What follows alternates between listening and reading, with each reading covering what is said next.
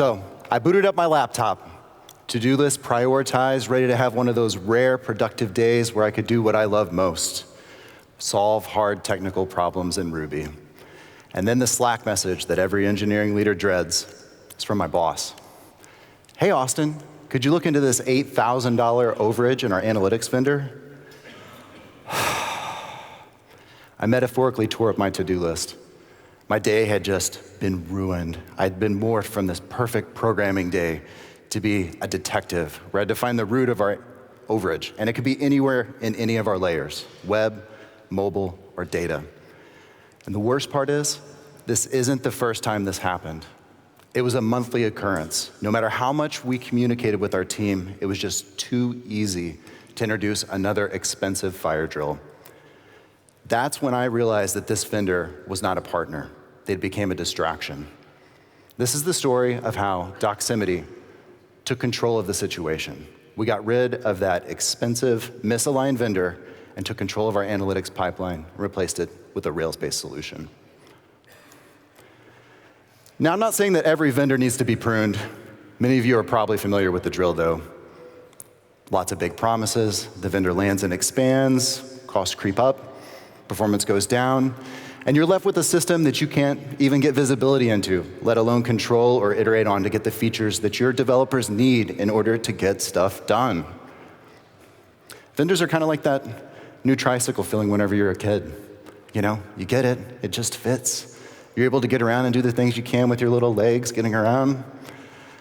And sometimes all you need is a tricycle. Or the vendor has other options, like maybe a car or an airplane, so that as you grow, you're able to get around.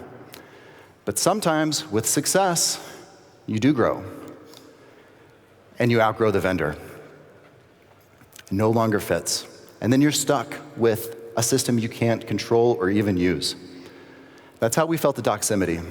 We'd outgrown our core vendor, the one that hosted our analytics, which was responsible for all ingress of our analytics.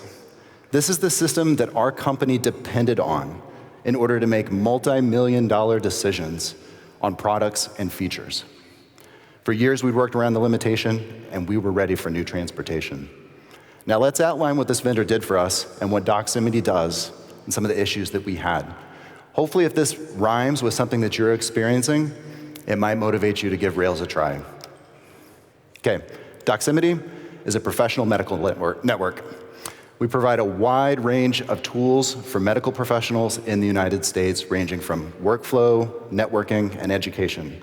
Examples are eFax, telehealth, AI medical notes, and news, so that our physicians in the US can stay up on medical information.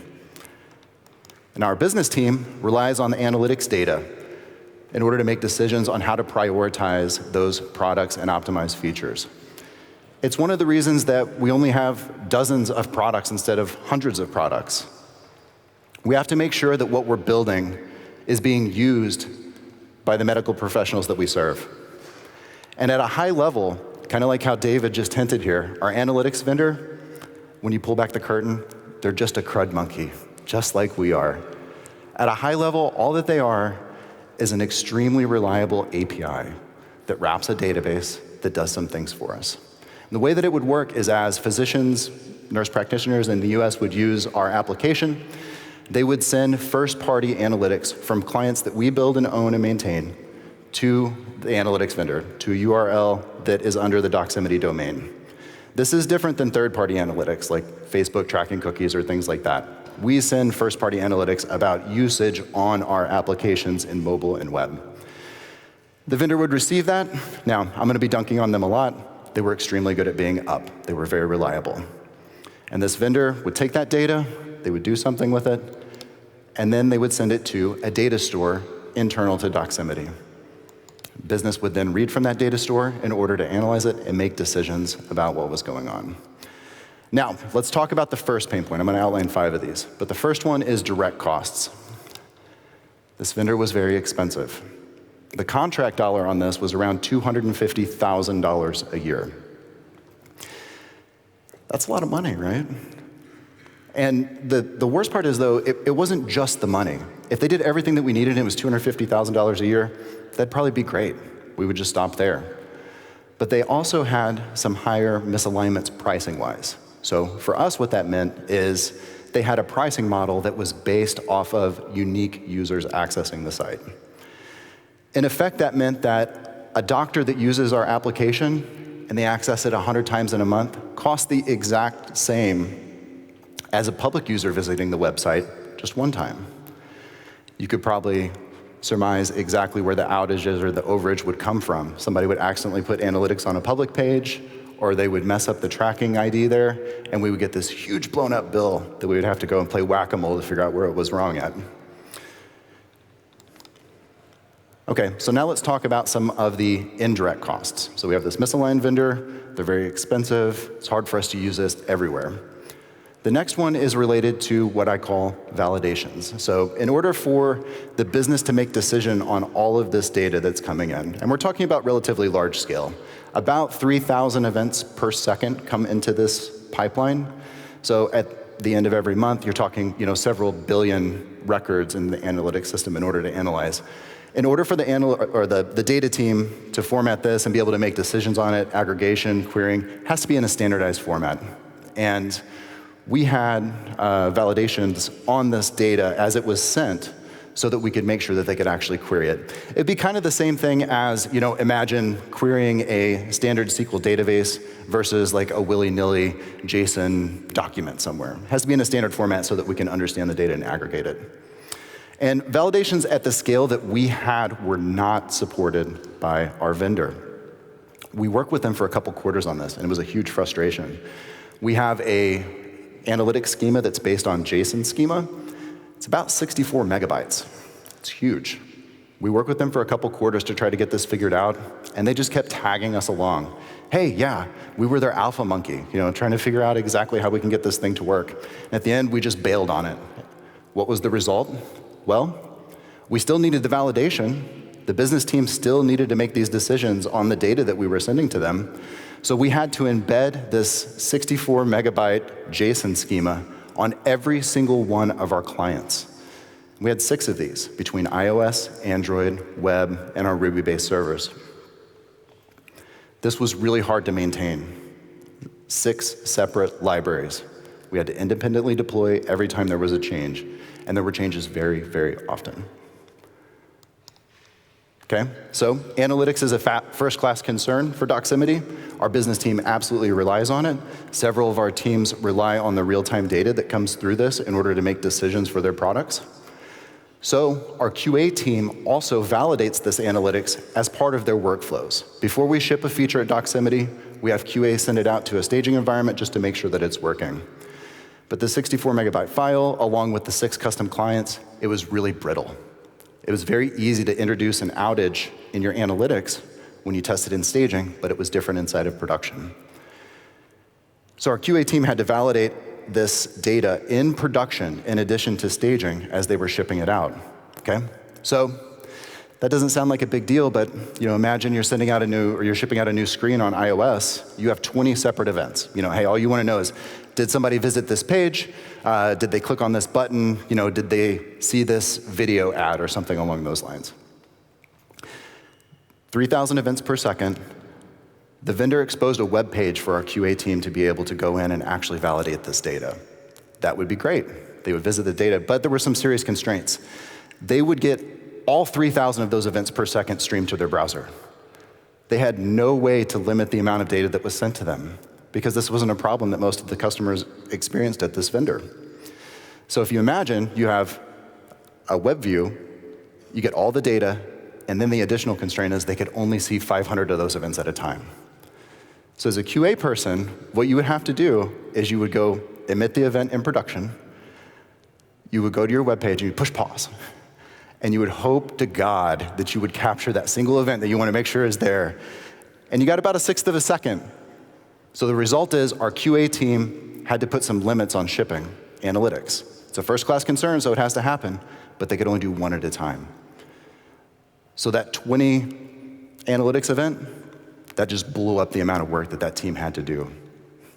Something you may ask is, well, hey, Austin, you got this great data store that your business team is using. Why don't you just have the QA do that? Just query the data store. And our QA team, they absolutely could. They know SQL, which is amazing. But that brings us to another pain point. They were slow. It took between 1 and 3 hours for the data to get from the analytics vendor to our backend data store. So not only could QA not use this feature, I couldn't use this feature in order to troubleshoot issues. And the business team was delayed in their decisions by at least 3 or 4 hours later in order to see if their product was working. Realistically, in practice, what that means is the data team relies on the batching. They slow down how often they process, because if they process faster, it wouldn't get us any more additional information, and you end up with the data the next day. The final thing is, I had no visibility into the system. Sure, they gave me some, dials and stuff that I could look at for the amount of events that are delivered, but I want to know exactly how many events are coming into the system. Validation's important to me, just because I'm the one that everybody goes to when there's a problem. I want to know how many valid events are happening, how many invalid events, how many are errors, how does that compare with a week ago? I had no visibility into that sort of stuff. So when you put it all together, we had an expensive misaligned vendor. We couldn't use it for public pages. We had many indirect costs between QA and validations, where we had to embed these in all of our different clients. It was slow, and we had outgrown our vendor. We were ready for a different mode of transportation. So what's the solution? We are going to replace that slow, expensive analytics vendor with a Rails-based system that we control. So now let's get into some of the details. I've outlined the problem, but you're probably wondering, how exactly did you do this, Austin? Okay, I'm going to talk about it. We're going to go over the steps that we went through in this migration. Some of this may be specific to us. I'll highlight the actual tools that we used. These may be different than the ones that you need in your infrastructure. I'm going to talk about some of the building blocks that will be generic of any vendor that you could use in your Rails system if you choose to take control. And I'll go over some specific examples of how we use those building blocks to solve the problems that I just outlined. And then we'll go over the results of the migration. Great. Okay, so we have this vendor, right, this generic analytics vendor. And I know I've been dunking on them a lot, but let's give them some credit. They were great for us in the beginning, okay? And they did have some great features, and they were amazing at being up. That is the one thing that we could rely on them for. They were always up. No matter what was happening in our application, they would always be there to accept these analytics events. And our business team relied on this data. It's hard for me to stress how important this was for our business. If this system went away, it would cripple Doximity. Okay, so it's very important for me as the person that's running this project to manage the risk of this, okay? So we have to make sure that this system is at least as reliable as the existing one. This is something that's very important to me, so that whenever we ship something out, it's actually going to work and be functional. So how do we do that? Okay, the first thing is, whenever you're replacing any sort of API-based vendor, you have to control your URL. So what does that mean? Okay, if you're sending these API calls from your clients directly to the vendor, you can't do this. Your first step has to be finding some way to shim a URL that you control, analytics.doximity.com or whatever, in between your vendor and your clients that are sending the data. So that's step one. You have to control your URL in this situation, or it's not possible. But let's assume that you can do that. We had already done that a long, long time ago. The first thing that we're going to put in place here is called a reverse proxy. Reverse proxy is just a fancy way of saying, hey, this is something that sits in front of our vendor. It's also behind our URL, and this thing's going to receive the request from the clients. It's going to run some code, and initially, it's just going to send the request down to our vendor. The vendor's going to respond and send the response back to the client. Okay? Once that's in place and stable, your next step, from your reverse proxy, you're just going to send it to Rails on top of the vendor. So your reverse proxy sends it to the vendor's going to respond. You're also going to send it to Rails in addition to that. And then Rails is going to send it to the same data store. One important distinction here in a database migration like this, not database, data-based migration like this, we are not going to touch any of the existing data stores that the business is using. We're going to spin up new data stores, and that's going to allow us to validate that our new system is the same as the old system a little bit later. Okay. And this right here may be fine. Okay, for anybody here that's looking for this, and you don't need like maximum reliability in your setup, you could stop here. But if reliability is important and you want to make sure that you're getting analytics even when there's problems with your infrastructure, I'm going to talk about some other tools that you can put in front of them in order to take care of this. Okay, so we're going to move Rails over. Okay, so we have our reverse proxy here. We personally use CloudFront for this. You can use many other systems for this, whether it's Nginx, where you're manually doing this, Cloudflare, anything that can take a request, run some code, and then send it to a couple different places. So the first thing that I'm going to introduce here is called a delivery queue. All that a delivery queue is it's a final destination for your reverse proxy. This thing is going to receive requests, respond successful to the client, and then it's going to hold that data in place until it's able to deliver it further downstream. If you could do this at your reverse proxy layer, that's fantastic. We had some constraints inside of our AWS setup where this setup was necessary. But the core thing is, you're able to reverse proxy, you're able to queue data, and then the delivery queue in the happy path, it just sends data to your Rails application. Great, all works, okay? Well, what happens when the real world happens and for some reason your network goes down or something's weird with DNS or something like that? Maybe your Rails app goes down for whatever reason. The delivery queue is able to retry for your Rails app and then finally send it to something that is a backup. This could be whatever you want. For us, we use S3. So like the actual tools that we're using here, we have CloudFront for the reverse proxy. We have AWS Kinesis for the delivery queue, which is just a wrapper for Apache Flink if you want to manage it on your own. And the backup storage, it's S3. Simple tools, extremely reliable. Okay, great. So how do we know when we're done with the system? Okay, so we've got this system in place. We're sending data to both places at the same time. We've set up extreme reliability. It's simple. You do a select star from your analytics vendor, and you say, is all the data the same? Is this new data set the same as the old data set? Once it's the same and it's good, you're able to continue. Okay? How do you migrate away from the vendor? This is one of the simple parts here. Okay? Got your reverse proxy sending traffic. You just stop sending data to your vendor, and then they fade into the background. Okay, great. So that's the high-level architecture here. So now let's go into the introduction of one of our core decisions here, which is a data store. I'm just going to high-level hit on Kafka. We've been using Kafka at Doximity since around 2016. All I want you to know about this system, okay, for those of you familiar with it, that's fantastic. For those of you that aren't, you do not have to use it.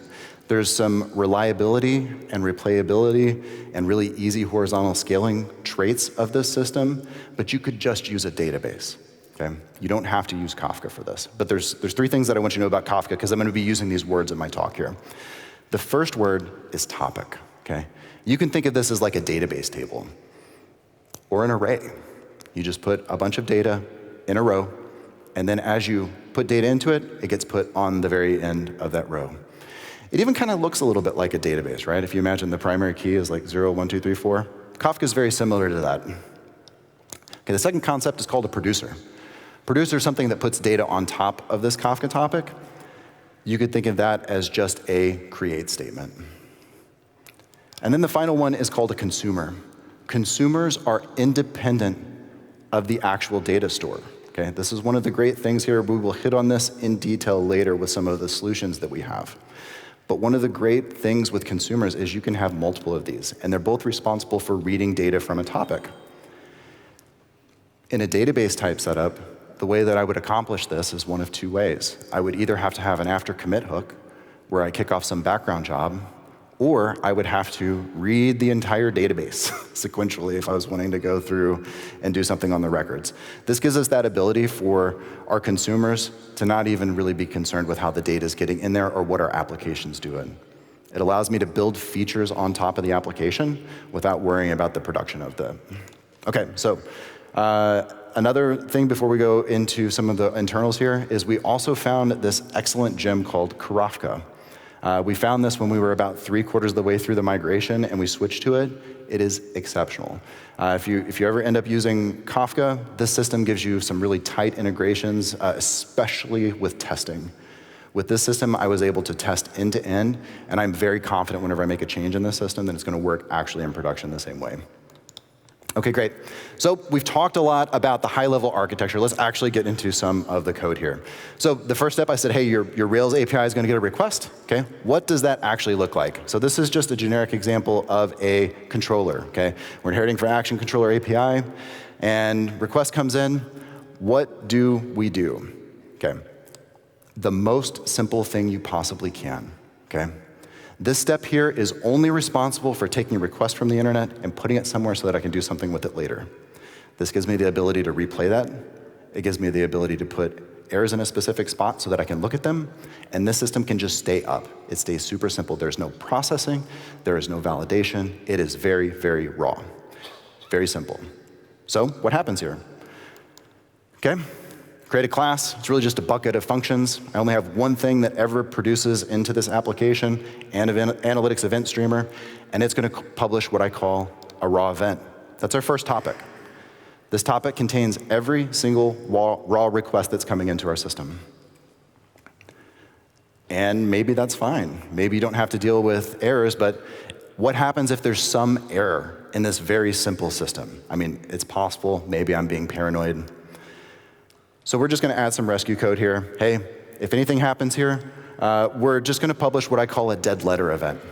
What does that mean? Hey, this is just an error. Okay, this is something I don't want to raise exceptions for in my class. I don't want to have to deal with this in Bugsnag. I'm just going to put this in a topic, similar to a database table, so that I can look at this later and figure out what happened and adjust my code. And then the system continues to work. Now I'm also going to introduce some other areas here. How do we know that this system is working? I hit on observability later, or earlier in the talk, you know? So what we're going to do here is we're going to introduce one more class. It's called the Analytics Pipeline Metrics. All that this thing is a collection of counters, okay? We personally use Prometheus for this. It's great because it doesn't actually require like a call to like an external API. It puts all of these metrics in memory and then they get slurped up by some other system that's working. And here, every time we get in a request, I'm just going to say, hey, I observed a request. Whenever we get a successful, I say, hey, we successfully put something on the raw topic. And then when there's an error, I increment the counter here. And I'll show you the actual dashboard that I have for this later. We're going to do this throughout the entire talk. Okay, so that's the high-level overview here. Okay, so what do we do after the API stage? We've got this raw topic. Now we got to do something with it. Okay, we have another Rails process here. This is the parsing stage. Our Rails process is going to consume from that topic. This is completely independent of that process that's producing to it. It knows nothing about it. Well, it knows some things about it, like the possible formats. Because of our vendor, we had 6 different formats for this. Some of them use glibz to format the data. Some of them put one event. Some of them would be, in an array. So this stage is only responsible for taking that wanton, willy-nilly stream of events and putting it into a single format that is processed and ready for us to actually look at and do something with, okay? So after it consumes from that, it's going to process it, and it's going to publish to what is called a ready topic, okay? This could just be a ready database table for you if you wanted. If there's an error, we are going to publish to a dead topic so that we don't interrupt our processing here. And we're going to introduce another concept here. It's called discarded, okay? Let's say you get some bots that are spamming you and you're able to detect what that looks like. You don't want your pipeline worrying about that. We're going to publish to the discarded topic whenever that happens. And just like the past step, we are going to increment a counter every single time that we do any of these things, okay? And then the final stage here, we've got our ready topic. Rails process, we're gonna have this validation stage. Rails is gonna consume from the ready event. Everything's all formatted and ready to go. We are going to pull that validation logic out of the clients. We're taking control of that. We do not want that complexity anymore. And we're gonna put the validation process in the Ruby server. And we're gonna format it in a way where it's easy for us to maintain and display it and iterate on it. Okay, so Rails is gonna pull each event here, and for each event it says, hey, are you valid? If it's valid, put it on the valid topic. At this point, we've replaced our analytics vendor. Analytics vendor doesn't need to be there anymore. But our analytics vendor could not do validations. We already have more features than they do. We now have a topic with all of the invalid events. And every single person at our company that does this can now subscribe to this topic and handle any errors that have been introduced in production and deal with it. Very empowering. If there's an error, we throw it in the dead topic. And just like the previous stage, if there's anything that we detect with bots, we dump it into the discarded topic so that we can deal with that later. And every single part of this is also metriced just like 2 slides ago. Every time we put a stage in here, we just increment a counter and we say how long it took. Great, so we got the system in place. What does it do for us? We've migrated, architecture's in place, we got all these building blocks. Let's talk about solving those 5 problems that I mentioned before. What I really want you to take away from this more than anything is that by using Rails and these simple building blocks, we've taken complete control and ownership of our enterprise analytics system. Let's start with the QA time sync. Okay, what are the building blocks that we have? Rails, tons of goodies in here, right? We'll talk about some specific ones that we used, but you can use all of Rails. This is a Rails-based system. It can expose a web server. And then we're gonna use 3 topics here. We've got our valid topic. That's all of our analytics data that replaced our vendor. Invalid data, which is stuff that we weren't able to show them before. And then the dead topic. And it all centers around Rails, okay? So Rails is going to have a separate process. It's going to consume from each of those topics. And then we're gonna pull on Action Cable, okay? Whenever Rails gets an event here, it's gonna publish to a channel inside of Action Cable.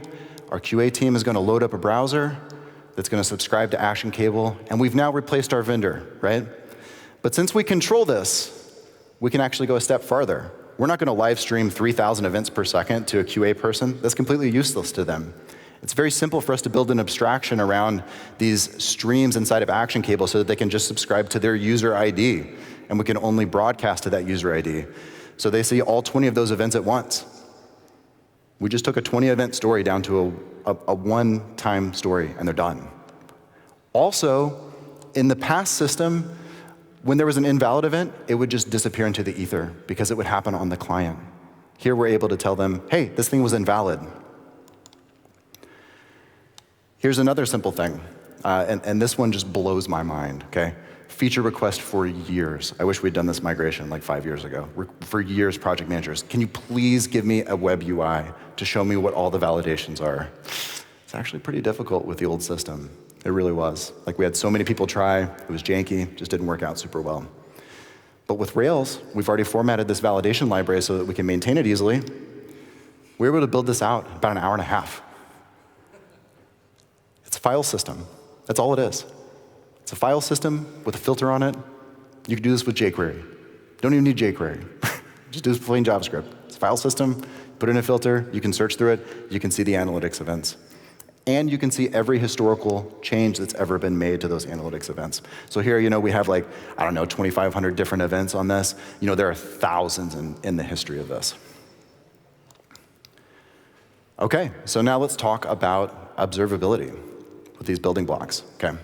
Now, you remember in the past where I said, hey, at this time we're gonna emit a metric. It's gonna be, a single counter. I'm about to show you a very busy slide, okay? But I am able to build this comprehensive dashboard with Prometheus and Grafana. This is literally what I use to see what's going on with my system. I have complete visibility into every single stage. When there's a problem, when we get a spike with a specific critical event, I can get alerts about it. I can send alerts to the team so that they know that what's going on here and they can correct this stuff. It's amazing. Scale and speed, easily handled 3,000 events per second. That was the thing I was scared about. I didn't realize that they were just crud monkeys using probably the same tools that I did, right? We were able to handle many multiples of that whenever we were load testing this with the same architecture. And speed, between 1 to 3 hours before, it was normally on that 3-hour mark. Seconds. Within less than a second, the data from the client to the data store, it's there. Validations, okay? We went from 6 deployments to 1. Teams can easily see what's going on and query their errors. But with active model validations, we didn't just build this with JSON schema. I wrapped this thing with active model validations. Why? It's one of my favorite libraries in Rails. And with this, instead of, I wish I had time to show you this other part of it, but it was gnarly before. It was impossible for me, and I've been familiar with the system for like 8 years on how the validations work. It was hard for me to figure out what was wrong with the validation. With this system, because it's active model validations, I can parse the error. It's much more simple, and I can tell the developer exactly what's going on. And they can go fix it themselves. Or hell, they can ask me about it. I don't care, but I want to give them the power to fix it if they want to. Rails gives me that power. Saving money. Okay, so we were able to save over $250,000 a year, okay? That's a lot of money. Visualize that in pennies, which in America, it's 1/100th of a dollar. That's 70 bathtubs full of pennies. That's a whole lot of money. And we saved a ton of other costs everywhere. We were able to track on our public pages, and on top of that, we'd removed all the dev time that we were losing from all of the QA. Now it's your turn. I want you to know that Rails is so much more than a framework. It's a philosophy. Through courage and determination, you have the power to take on hard problems. Get them done with the amazing tools that this community provides. Now, we talked about how Doximity was facing a vendor we'd outgrown, both in pricing and features. It was a core vendor. I want to stress that. This was a core vendor for us. This wasn't like, oh, if these guys don't work, it's not going to work. No, this was critical for us. And we were able to replace them. We took control of our analytics pipeline by capturing the analytics traffic, a new Rails-based pipeline using Kafka. We're able to do this with a very small team, startup speed in our enterprise. During the process, we're able to easily handle 3,000 events per second. We reduced our analytics validation burden dramatically, powered the QA team, while saving over $250,000 real dollars per year, in addition to all the other expense. Rails is amazing. It gives us all the power to move at startup speed, even when we have enterprise scale. Thank you so much for coming to my talk today.